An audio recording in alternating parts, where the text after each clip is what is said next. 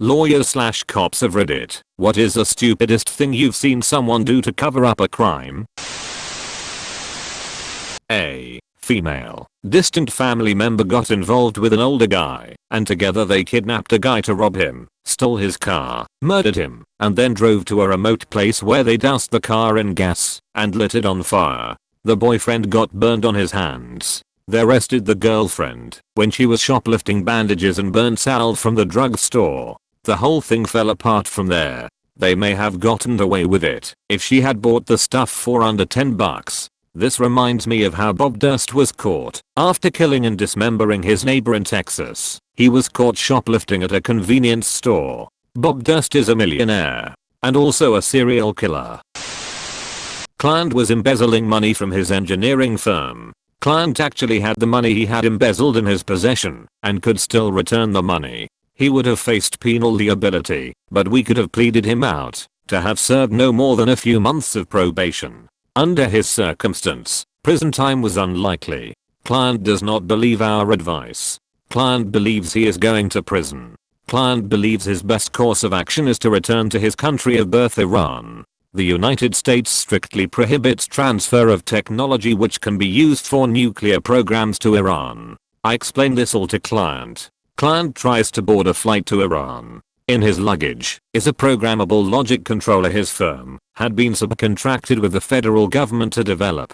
I don't know why he was taking this PLC with him, but it was there when he was pulled off the airplane in Stuttgart and taken into custody. Client is now facing up to 20 years in federal prison for espionage and unlawful transfer of classified military technology to a hostile power. There was a guy who went to his buddy's house after nearly beating his girlfriend to death. Police end up showing up to the house where the guy was. Friend answers and buddy shows up behind the guy not wearing a shirt. This is important. Police say who they're looking for, and both men say they don't know who that person is. Here's the kicker. The guy that's shirtless, who beat his girlfriend half to death. He has his first initial and last name in a big bold tattoo across his chest. I love people who get their own name tattooed on their body. Is it vanity? In case of amnesia? Permanent ID.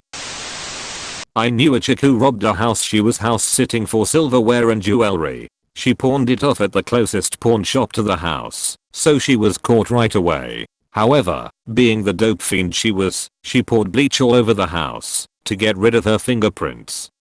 Instead of petty theft, she ruined the stairs and all the hardwood floors and paint on the walls, and ended up with damages exceeding $10,000, if I remember correctly, which launched her well into new legal territories.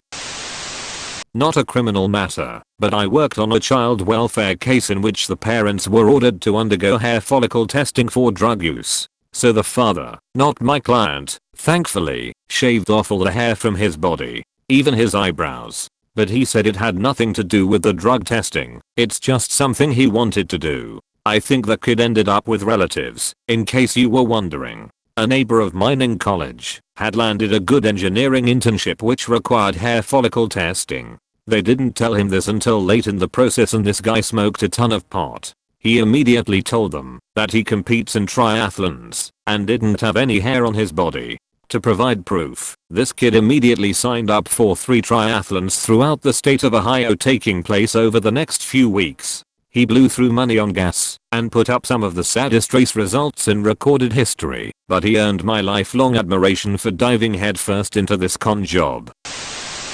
Not a cop or a lawyer, but I might as well tell my story while we are waiting for them to notice this thread. I was once on a jury where the defendant had robbed a house and then set it on fire to cover up his crime. Unfortunately, this idiot had robbed his downstairs neighbor, and the fire brigade discovered all the stolen goods when busting into his house to save him after he'd passed out from smoke inhalation. It took us maybe 5 minutes to find him guilty. It's incredible how dumb people can be. Oh, there's stolen laptops in the trunk of the car, and we are not being chased by police. Well, let's drive 120 miles per hour through residential neighborhoods then.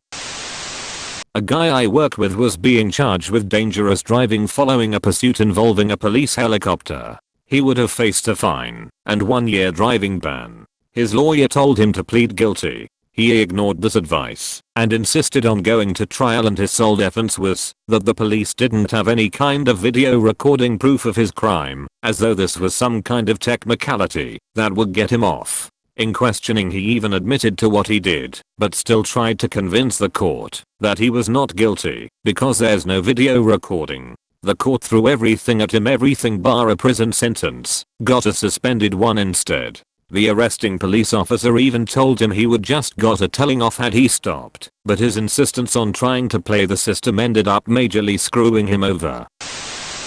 Not either of the specified parties, but I work alongside both. There was this story a while back about a murder that just baffled me. This lady's husband had a fight with her and then disappeared. She said he went to Florida, angry, and told her to sell all of his stuff and get a divorce. So she sold all his stuff, the house, etc. I think she may have gotten the divorce too, simply because he was unavailable for contact at any time. No emails, calls, etc. were answered. Of course, there were suspicions of foul play. Nothing came of them for a while, though. The lady sells their marital home and buys a house in a slightly more upscale part of town. After something like 7 years, the cops finally get to search the place. They found her husband in the closet. She had chopped him up into pieces, put those pieces into Tupperware containers, and wrapped those containers in alternating layers of scented trash bags and dryer sheets, along with their freshener beads, in order to keep anyone from smelling him. Why the hell would you hang on to dead husband bits for so long? We live by the sea. She could have just pitched them out there at any time and bam, nobody knows. To all the shoplifters who think you're smooth, keep in mind grocery stores know what angle to put camera at to perfectly capture people stuffing things in their pockets or down the front of their shirts. And in many stores those cameras are higher quality than you'd think they'd be. I've had files where I can make a continuous film following someone around the store and out the door, then cross-reference the timestamp with the store receipts to show you paid for the mac and cheese, but not the 3 steaks in your pants. I can't believe I went to school for 7 years for this. Some stores will also let you walk out and come back. You think they just caught you lifting $30 worth of cloths, but they have been saving these videos up to the point where the value makes it a felony. Small town in Arkansas. The pharmacy is in a rock building with a tin roof. Some guys who steal shit figure out with a crowbar they'd get right in. And they were right. So they threw the drugs into the back seat instead of the trunk. They stop to get gas and are just about to be on their way. A state trooper is headed to the same station to take a leak and get coffee. The guys play it cool. They start the car and floor it. Burned rubber nearly crashed getting on the highway. Being an experienced trooper, this sparked his curiosity, so he hits the lights and begins pursuit. Finally gets them stopped, and once he sees the pile of pill bottles he has some idea about what may be going on. Hauls them to the county jail and is inventorying everything when the sheriff says the local pharmacist is on the phone, so he may as well talk to him. Pharmacist wants to report a burglary. Trooper asks did they take, and begins reading the inventory. Pharmacist says that sounds right. Trooper says well I think I solved it. Cop here. Truthfully, most criminals are dumb. Like real dumb. They do stupid stuff to try and escape consequences all the time and end up making it worse. I'll give you a few examples. What would have been a ticket for theft turned into multiple felonies when a girl tried to hide her ID in a shopping bag that she used to steal stuff by stuffing it into my back seat. It was a plastic sack. They're not quiet. She had the longest criminal history I had ever seen. She gets caught a lot. Had a kid run from me in handcuffs after being picked up for a juvie probation warrant. He kicked out my back window, dove head first into the pavement before trying to jump a 6-foot fence. In handcuffs. He got halfway over. His shirtless half slid down the top of the fence, where I picked him up with a bajillion splinters and booked him for multiple felonies. If he'd just cooperated he would have been home by lunchtime. I had a meth head steal Yoo-hoo, some Twinkies, and a Red Bull from a grocery store.